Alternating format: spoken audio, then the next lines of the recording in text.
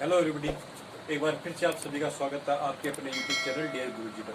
जैसा कि हमने अपने पिछले वीडियोज में एक्सरसाइज 3.3 कंप्लीट कर ली, हमने उसके पहले बेसिक्स से उसका 3 का एक इंट्रोडक्शन पढ़ा था। हमारे जो भी इस एक्सरसाइज इस चैप्टर में जितने भी फॉर्मूलाज है उनका कहीं ना कहीं उपयोग हो रहा है, कहीं काम आने वाले पीछे काम आए उनको रिकॉल किया तथा हमारे पिछले क्लास के अंदर जो हमारे फॉर्मूलाज आए थे उनके बारे में बात की तथा उसके साथ में ही हमने जब भविष्य में हमारे पास इस एक्सरसाइज 3.4 इसकी विविध में काम आने वाले उन सभी के बारे में हमने वीडियो में पीछे बात कर ली है।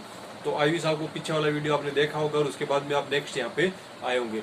ठीक है, तो जो मैंने पिछले आपको बेसिक्स के 3 वीडियो कराए थे उसमें आपको फॉर्मूलाज को ड्राइव करना, जो फॉर्मूला हमारे काम आ रहे हैं उनके बारे में, उसके बेसिक्स के बारे में कि कौन से क्वाड्रेंट है उनके बारे में, सभी के बारे में आपको अच्छे से बता दिया है। ठीक है, तो उसके बाद में अब हमारा चैप्टर एक्सरसाइज है 3.4 उसका इंट्रोडक्शन के बारे में बात करते हैं। क्यों एक्सरसाइज के पहले थोड़ा बहुत उसके बारे में बता देंगे, उसमें किस प्रकार के क्वेश्चन आने वाले हैं, उनको किस प्रकार से हमको हल करना है, तो उन सब चीजों के बारे में हम आज पढ़ेंगे। ठीक है, उसके बाद में हम करेंगे एक्सरसाइज 3.2 के अनसोल्व क्वेश्चंस को सोल्व। अब इसके बाद में हम बेसिक्स में कुछ एग्जांपल्स की बात भी करते हैं। तो अब शुरू करते हैं, हमारा 3.4 के इंट्रोडक्शन में है क्या। आज हमारा जो टॉपिक है वो है ट्रिग्नोमेट्रिक इक्वेशन के रूप में।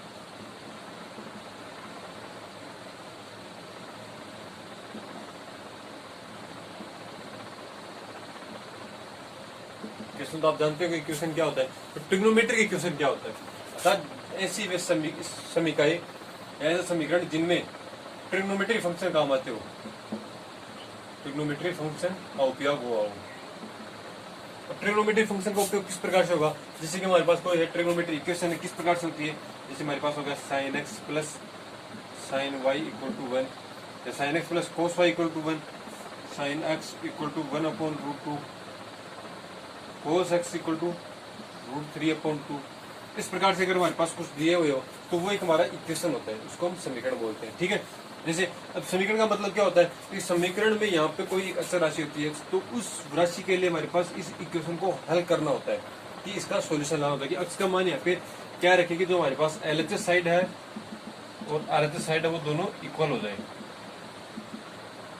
कि ये जो हमारे पास मान लो ये इक्वेशन दी हुई है, ठीक है, अब हमें इसके इक्वेशन का क्या करना है कि यहाँ पे अक्स की हमें कोई ना कोई ऐसी वैल्यू लेके आनी है कि जिसपे इसका एलएचएस साइड और आरएचएस साइड पता इधर साइन और इधर दोनों की वैल्यू इक्वल हो जाए, तो वो हमारी होती है इक्वेशन, और उसको बोलते हैं इक्वेशन को सेटिस्फाई करना। ठीक है, इक्वेशन यहाँ पे अक्स की वैल्यू हमें निकालनी होती है, तो अक्स की वैल्यू निकालनी है, अक्स में यहाँ पे किस प्रकार से आएगी वैल्यू हम उसके बारे में बात करेंगे कि अक्स का मान कहाँ से कहाँ तक आएगा। अब इसमें भी दो चीजें होती है हमारे कि अक्स का मान ये तो रिपीट होता रहता है, साइन की बात करते हैं कोस की बात करते हैं तो वहाँ पे हमारा अक्स रिपीट होता रहता है।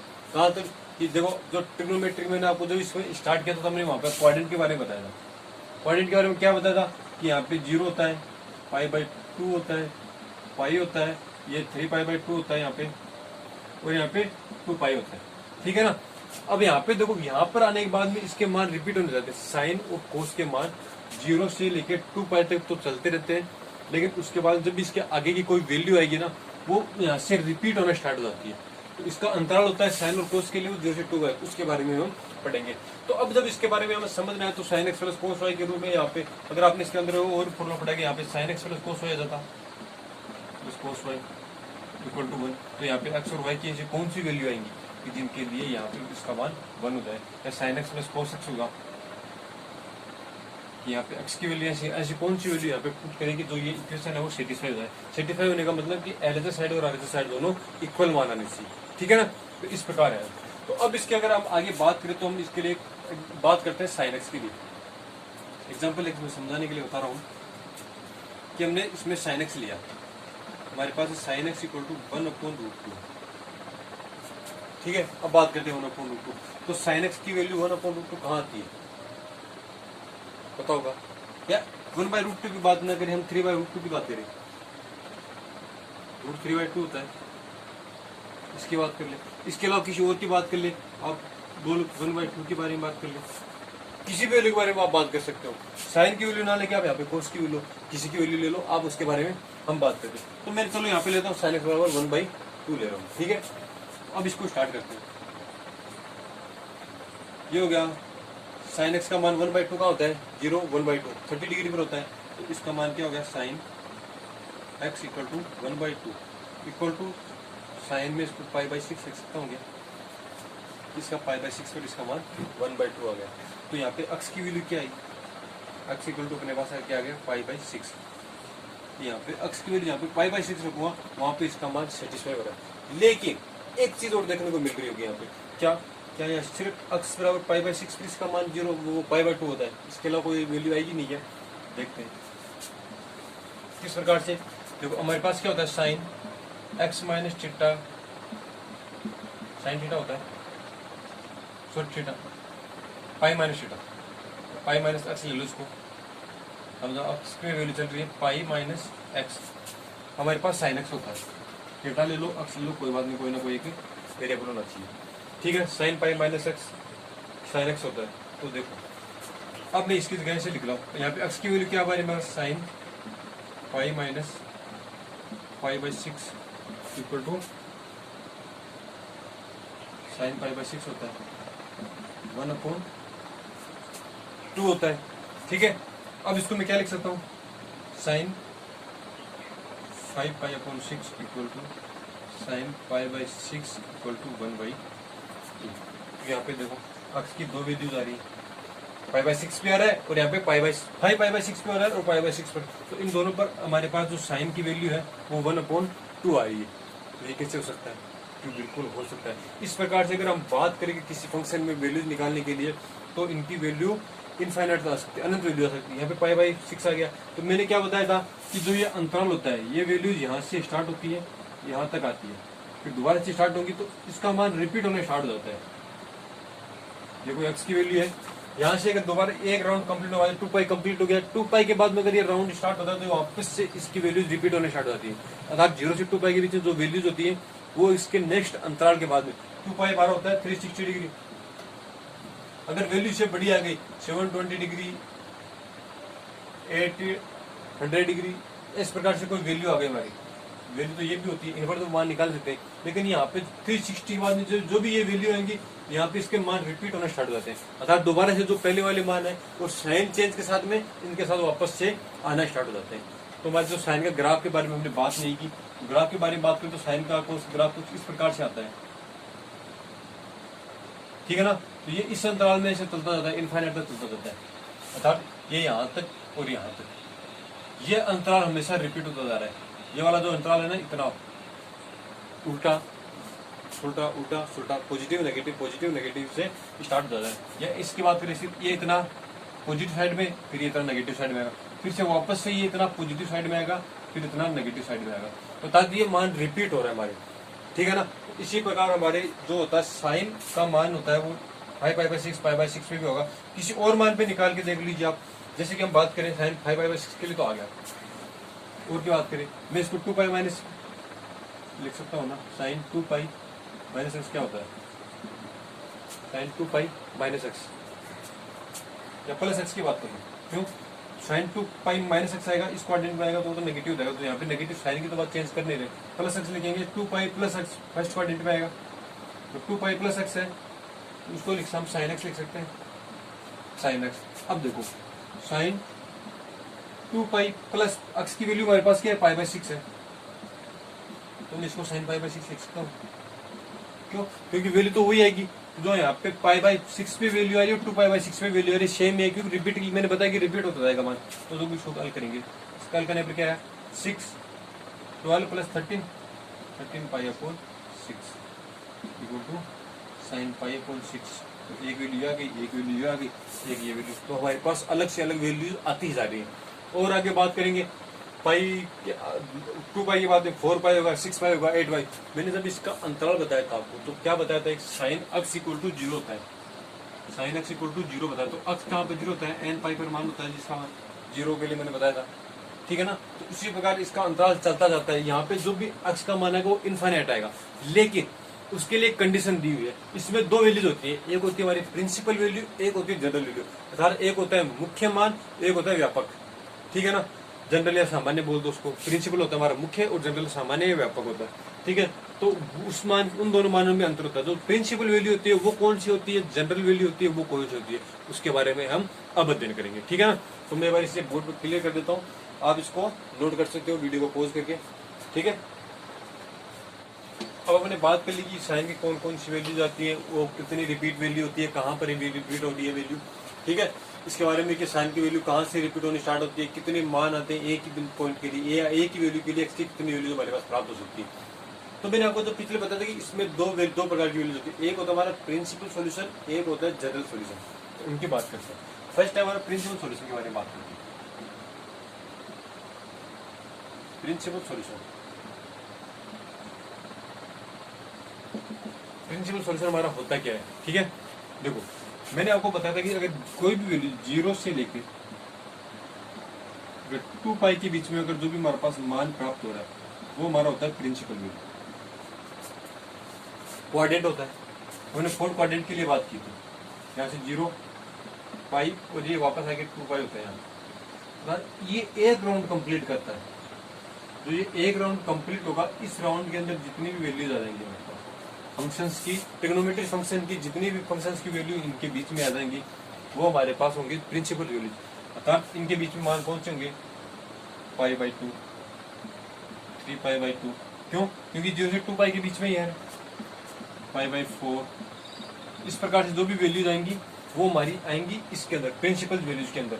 लेकिन 2 पाई से अधिक जैसे 5 पाई अपॉन 2 कर दीजिए, तो ये वैल्यू 2 पाई से अधिक हो गई, तो ये वैल्यूज को हम प्रिंसिपल वैल्यूज में ऐड नहीं करेंगे। क्यों नहीं करेंगे? क्योंकि हमने इसके लिए बताया कि जो भी हमारी मेरे पास वैल्यूज आएंगी अक्स के लिए वो 0 से 2 पाई के बीच में होनी चाहिए। अगर 0 से 2 पाई के अधिक वैल्यूज आ रही है हमारे पास, तो वो हमारी वैल्यूज प्रिंसिपल वैल्यूज में ना आके जनरल वैल्यूज में आ जाती है। और जनरल वैल्यूज कौन सी होती है? जनरल सॉल्यूशन, सॉरी वैल्यूज वो एक ही बात है, जनरल सॉल्यूशन।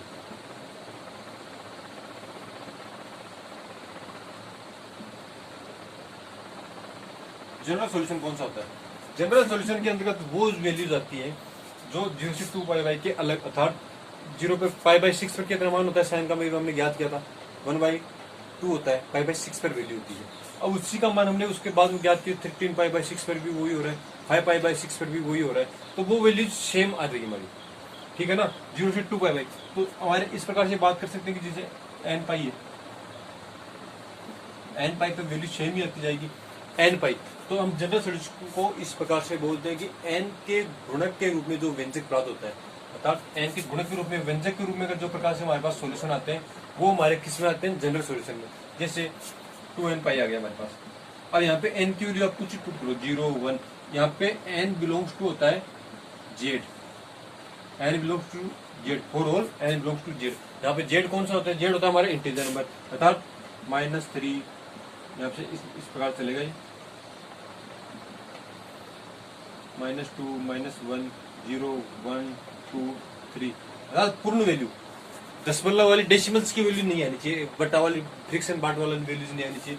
इंटीजर्स में संपूर्ण वैल्यू आती है वो वाली, नेगेटिव हो या पॉजिटिव हो, कोई भी वैल्यू आ सकती है इसके अंदर। ये 2n पाई की वैल्यू इस प्रकार, जहाँ पे ये n व्यंजक के रूप में है, तो इस प्रकार के अंदर जो भी हमारा वैल्यूज आएगी ट्रिग्नोमेट्रिक फंक्शन, जो सॉल्यूशन प्राप्त होगा, अक्स की वैल्यू आएगी, वो अगर इस रूप में आ रही है हमारी, अक्स का मान LHS = RHS करने पर इस रूप में आ रही है, तो वो हमारी वैल्यू होगी जनरल सॉल्यूशन के रूप में होगी। तो हमें मुख्यतः इसका प्रमुख जो हमारा मान होता है वो प्रिंसिपल सॉल्यूशन होता है। इसका मान हमें निश्चित उस बिंदु के लिए जो 0 से 2 पाई के अंतराल में मिल गया वो हमारा प्रिंसिपल होगा, और उसके अलावा अगर जितने भी हमारे पास जो आंसर्स मिल रहे हैं, उसके सॉल्यूशन मिल रहे हैं अक्स की वैल्यू के लिए, वो हमारे आएंगे जनरल सॉल्यूशन के अंतर्गत, ठीक है, आ गया समझ में। तो अब उसके बाद में बात करते हैं जनरल सॉल्यूशन के अंदर इसको किस प्रकार से काम में लेते हैं, आंसर इसका हल किस प्रकार से निकालते हैं। तो इसके लिए हम आपके एनसीईआरटी बुक के एग्जाम्पल नंबर 18 है, उसको लेके देखते हैं, फिर उससे हम इसको हल करते हैं कि उसको किस प्रकार से उसका मान ज्ञात किया जाता है, ठीक है। तो आप इसको नोट कर लीजिए। बात परिभाषाओं इनके बारे में थोड़ा ध्यान रखना, क्योंकि एग्जाम में इनकी परिभाषाएं नहीं पूछ जाएंगी, बस फिर आपको डायरेक्ट क्वेश्चन दिया जाएगा प्रिंसिपल सॉल्यूशन क्या होता है, जनरल सॉल्यूशन क्या होता है, परिभाषा आपको ये एग्जाम में पूछा नहीं जाएगा, ठीक है। तो अगर आपको ये पता नहीं कि प्रिंसिपल और जनरल सॉल्यूशन क्या है, तो उसके बारे में आपको दिक्कत हो सकती है। तो इनके बारे में आपको थोड़ा पता होना चाहिए कि आपको मान लो क्वेश्चन में याद भी नहीं, तो जनरल सॉल्यूशन किस प्रकार से निकालते हैं, प्रिंसिपल सॉल्यूशन क्या होता है, तो इनके बारे में आपको थोड़ा बहुत पता होता है, वो क्वेश्चन करने में आसानी होती है, ठीक है ना। तो हमारे जिन प्रिंसिपल और जनरल सॉल्यूशन हो गया। अब बात करते हैं एग्जांपल नंबर 18 है, तो उसको हल करके देखते हैं किस प्रकार से इनका उपयोग करके उसका मान निकाला जाता है, उसके बारे में बात करते हैं, ठीक है। अब देखो अपने पास एग्जांपल है, एग्जांपल नंबर 18 है sin x = √3/2। अब हमें इसकी प्रिंसिपल वैल्यू निकालनी है। तो देखो सिंपल सी बात है, अगर हमारे पास ये वैल्यू है तो हमारे पास आपको प्रिंसिपल वैल्यू निकालने के लिए जो ट्रिग्नोमेट्रिक रेशियोज होते हैं, जो ट्रिग्नोमेट्रिक सारणी होती है, केवल उसके वैल्यूज मान को याद होना चाहिए। 0 से लेकर 2 पाई तक मैंने आपको मान बताए हुए हैं, तो वो मान आपको कम से कम याद होने ही चाहिए, ठीक है ना। तो उससे आप आसानी से निकाल सकते हो। तो इसके प्रिंसिपल वैल्यूज हमारे पास दो वैल्यूज आती है, हमें तो प्रिंसिपल वैल्यू निकालते हैं वो दो, एक तो हम डायरेक्ट निकालेंगे, एक 0 से 2 पाई बाई के बीच में आती है। तो हमारे को 0 से 2 पाई बाई के बीच में क्वाड्रेंट होता है, यहाँ से 0 से 2 पाई के बीच में हो गया। इसके बीच में हमारे पास दो वैल्यूज आती है, ठीक है ना। तो एक वैल्यू तो हम डायरेक्ट इस प्रकार से निकालेंगे, कौन सी आएगी, लेकिन 2 पाई तो दूसरी वैल्यू निकालने का मैं आपको शॉर्ट मेथड बता सकता हूँ, तरीका किस प्रकार से उसको निकालेंगे, ठीक है ना। लेकिन उसके लिए क्या आपको कम से कम ये वैल्यू याद तो 0 से पाई बाई 2 पाई के बीच में वैल्यू कितनी आएगी, आप ज्यादा भी याद रखो, 0 से पाई की वैल्यू तो याद होनी चाहिए, ठीक है ना। तो देखो साइन एक्स √3/2 होता है, अक्स की वैल्यू क्या आएगी यहाँ पे, √3/2 किसके लिए मान होता है, 60 डिग्री के लिए। 60 डिग्री हमारा क्या होता है, π/3। और ये मैंने आपको बताया हुआ है डिग्री टू रेडियन किस प्रकार कन्वर्ट करते हैं, रेडियन टू डिग्री किस प्रकार कन्वर्ट। जब हमने एक्सरसाइज शुरू की थी तो 3.1 के बेसिक्स में ये मैंने ये चीजें बताई थी कि रेडियन को किस प्रकार कन्वर्ट करते हैं और डिग्री को किस प्रकार, ये सब चीजें मैंने बता दी। तो हमारे पास यहाँ पे अक्स का मान आ गया π/3, ठीक है। तो अक्स की एक वैल्यू तो आ गई हमारे पास π/3। अब देखो सेकंड वैल्यू किस प्रकार से ज्ञात करते हैं, सेकंड वैल्यू यहाँ पे 0 π/2 पाई 3π/2 और ये 2 पाई आ गया, ठीक है। अब करते क्या इसमें, आपने एक वैल्यू निकाली, यहाँ पे π/2 और 3π/2 का उपयोग हम कभी नहीं करेंगे। क्यों नहीं करेंगे, देखो एक तो यहाँ पे इसको मैं इस प्रकार से लिख सकता हूँ कि sin π/3 लिख सकता हूँ, पॉजिटिव मान आ रहा है, ठीक है ना।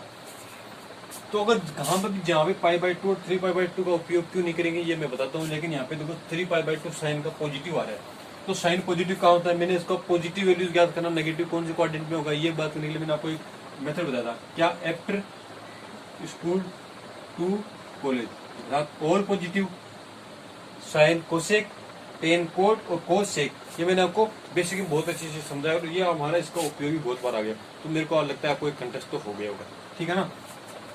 अब देखो साइन कहाँ का पॉजिटिव होता है, एक तो साइन इसमें पॉजिटिव हो रहा है और पॉजिटिव इसमें साइन और कोसेक पॉजिटिव होता है, तो हमारे पास साइन की जो वैल्यू निकालेंगे वो या तो एक तो इस क्वाड्रेंट में आएगी और एक इस क्वाड्रेंट में, इसमें भी साइन नेगेटिव होता है, इसमें भी साइन नेगेटिव होता है, तो इन दोनों क्वाड्रेंट में अगर इनकी इस वैल्यूज की बात करेंगे तो हमारे पास यहाँ पे नेगेटिव वैल्यूज आ जाएगी, वो हमें चाहिए नहीं, हमें क्या चाहिए पॉजिटिव वैल्यू। तो साइन एक तो इस क्वाड्रेंट में आएगा, एक इस क्वाड्रेंट में आएगा, तो देखो π/3 आ रहा है, तो 0 से 60 डिग्री वो इस क्वाड्रेंट में आ गई वैल्यू। अब सेकंड वैल्यू किस प्रकार से निकाले, जो सेकंड क्वाड्रेंट में आएगी हमारे पास, क्यों आएगी, क्योंकि हमारे पास साइन पॉजिटिव और साइन पॉजिटिव फर्स्ट में होता है, एक सेकंड में होता है, फर्स्ट की वैल्यू हमने निकाली, सेकंड की वैल्यू किस प्रकार से निकालेंगे, आप इसका पता नहीं हो तो इस प्रकार से निकालना, साइन π-x करता हूँ तो साइन x होता है हमेशा π-x, इसमें आ रहा है -x, सेकंड क्वाड्रेंट में आ रहा है, सेकंड क्वाड्रेंट में π-x है, साइन x तो आएगा, और साइन के लिए बात करें तो साइन सेकंड क्वाड्रेंट में पॉजिटिव होता है, तो यहाँ पे क्या आएगा साइन x आ रहा है, ठीक है। अब देखो साइन π-π/3 वैल्यू क्या होती है, साइन π/3 होती है, तो मैं इसको इस प्रकार से लिख सकता हूँ क्या, साइन ये हो गया 2π/3, 3π माइनस पाई कितना होता है, 2π होता है, तो 2π/3 इक्वल टू साइन π/3, ये वैल्यू आ गई।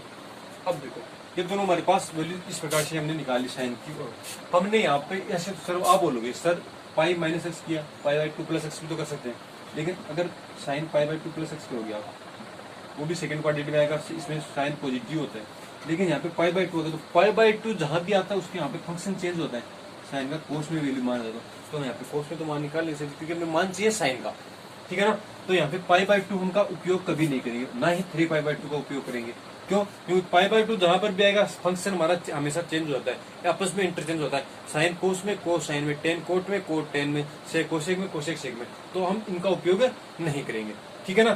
तो ये हमारे पास आगे इसके प्रिंसिपल सॉल्यूशन कौन से आगे, एक तो हमारे पास आ गया π/3, एक आ गया 2π/3, दो सॉल्यूशन आए जो हमारे प्रिंसिपल सॉल्यूशन है, इनका मेथड निकालने का मैंने आपको बता दिया किस प्रकार से निकालेंगे। हम ये देखेंगे कि साइन की बात कर रहे हैं तो यहाँ पे साइन पॉजिटिव आ रहा है, तो देखेंगे साइन कौन कौन से कोऑर्डिनेट पॉजिटिव होता है, फर्स्ट में सेकंड में। चलो यहाँ पे साइन की बात छोड़ो, अगर यहाँ पर कोस होता, कोस के देखते, कोस कौन, कोस π/3 यहाँ पे, सपोज दैट मानो आपको यहाँ पे कोस π/3 है, ठीक है। इसकी बात करें तो कोस कौन कौन से, तो फर्स्ट क्वाड्रेंट में होता है, तो फर्स्ट क्वाड्रेंट की वैल्यू तो हमारे पास लगभग आ जाएगी, क्योंकि हमारे पास जो टेबल होती है वहाँ पे 0 से π/2 के लिए होती है, 0 से 90 डिग्री के लिए होती है। वहाँ के हम जो मान निकालते हैं, ये मान जो हमारा दिया 0 से 90 डिग्री के बीच में हमारी वैल्यू होती है, वो आसानी से ज्ञात कर लेते हैं, ठीक है ना। तो यहाँ तक पहला मान तो इस क्वाड्रेंट में आ जाएगा, वो पॉजिटिव होगा। लेकिन अगर यहाँ पे देखिए कि कोस का मान और कहाँ आएगा, तो देखो कोस का मान पॉजिटिव इसमें होगा, तो हम जो बात करेंगे वो इस क्वाड्रेंट की करेंगे, फोर्थ क्वाड्रेंट में। एक वैल्यू हमारे पास π/3 आ गई, तो दूसरी वैल्यू आएगी वो इस क्वाड्रेंट में आएगी, तो उस क्वाड्रेंट में किस प्रकार से निकालेंगे कि यहाँ पे 2π - x कर दिया, 2π - x कर दिया, 2π - x क्या होगा, कोस x होगा, और यहाँ पे कोस हमेशा पॉजिटिव होता है, पॉजिटिव वैल्यू आएगी। आप ऐसा भी कर सकते हैं 3π/2 + x करेंगे तो भी फोर्थ क्वाड्रेंट में आएगा, लेकिन यहाँ पे 3π/2 आपको नहीं ले सकते, क्योंकि यहाँ पे आके आपका जो फंक्शन होता है उसकी वैल्यूज, उसका मान चेंज होता है, साइन कोस में चेंज हो जाएगा, ठीक है ना। तो यहाँ पे आपको ये क्वाड्रेंट और ये क्वाड्रेंट इनका उपयोग नहीं करना, सिर्फ पाई और 2π के लिए हम कर सकते हैं। तो इस प्रकार से कोस π/3 एक वैल्यू आ गई, दूसरी वैल्यू निकालेंगे तो 2π - x करके निकालेंगे, तो 2π - π/3 करेंगे, 6 - π गया तो 5π/3, तो जो वैल्यू हमारे पास कोस π/3 की आ रही है वो ही वैल्यू कोस 5π/3 की आएगी, दोनों वैल्यूज हमारे पास सेम आएगी। तो अगर इस प्रकार से कोई फंक्शन आ रहा है कोई π/3 के लिए, x की वैल्यू π/3 और 5/3, ये कोस के लिए प्रिंसिपल वैल्यूज होंगी। अब देखो यहाँ पे कोस 60 डिग्री वैल्यू होती है, वो होती है 1/2। तो अगर ये फंक्शन, ये क्वेश्चन हमारे पास साइन की जगह का तो हमने हल कर लिया, अगर कोस π/3 के लेता था, कोस = 1/2 आता, तो हम उसके लिए हल करते, तो उसके लिए हमारे पास वैल्यू क्या थी, साइन कोस π/3 और कोस 5/3, ये दो प्रिंसिपल वैल्यू है, ठीक है, कंप्लीट हो गया। तो इस प्रकार से आप इसकी प्रिंसिपल वैल्यू निकालते हैं। तो इन प्रिंसिपल वैल्यूज की बात तो हमने कर ली, अब उसके बारे में बात करते हैं जनरल सॉल्यूशन की। प्रिंसिपल सॉल्यूशन तो हमने निकाले, अब जनरल सॉल्यूशन किस प्रकार से निकालते हैं। लेकिन इसके लिए जनरल सॉल्यूशन आपको जब भी ज्ञात करना होगा तो उसके लिए आपको प्रिंसिपल सॉल्यूशन आना अनिवार्य है, वरना अगर प्रिंसिपल सॉल्यूशन नहीं आएगा तो आप उसका जनरल सॉल्यूशन ज्ञात नहीं कर पाओगे, ठीक है ना। तो ये आप अच्छे से समझना, अगर आपको नहीं है तो वीडियो को दोबारा से देखना, इसको आपको अच्छे से समझ आएगा, ठीक है। अगर आपने अगर प्रिंसिपल सॉल्यूशन आपको अच्छे समझ में नहीं है, ये नहीं निकाल पाओगे तो आप जनरल सॉल्यूशन भी नहीं निकाल पाओगे, लेकिन अगर ये निकाल लिया तो ये आसानी से निकाल लोगे, ठीक है। तो हमने प्रिंसिपल सॉल्यूशन की बात कर ली, अब बात करते हैं जनरल सॉल्यूशन के बारे में। अब हम बात करें जनरल सॉल्यूशन ऑफ ट्रिग्नोमेट्री की। ट्रिग्नोमेट्री के प्रिंसिपल सॉल्यूशन के बारे में हमने बात कर ली, अब प्रिंसिपल सॉल्यूशन के बाद में हम बात करते हैं जनरल सॉल्यूशन की, ठीक है। तो जनरल सॉल्यूशन किस प्रकार से निकालते हैं, फर्स्ट है इसमें साइन एक्स के लिए, साइन x = साइन y, ठीक है। अर्थात इसमें क्या कंडीशन क्या है इसकी कि यहाँ पे जो x एंड y है ना वो रियल नंबर है,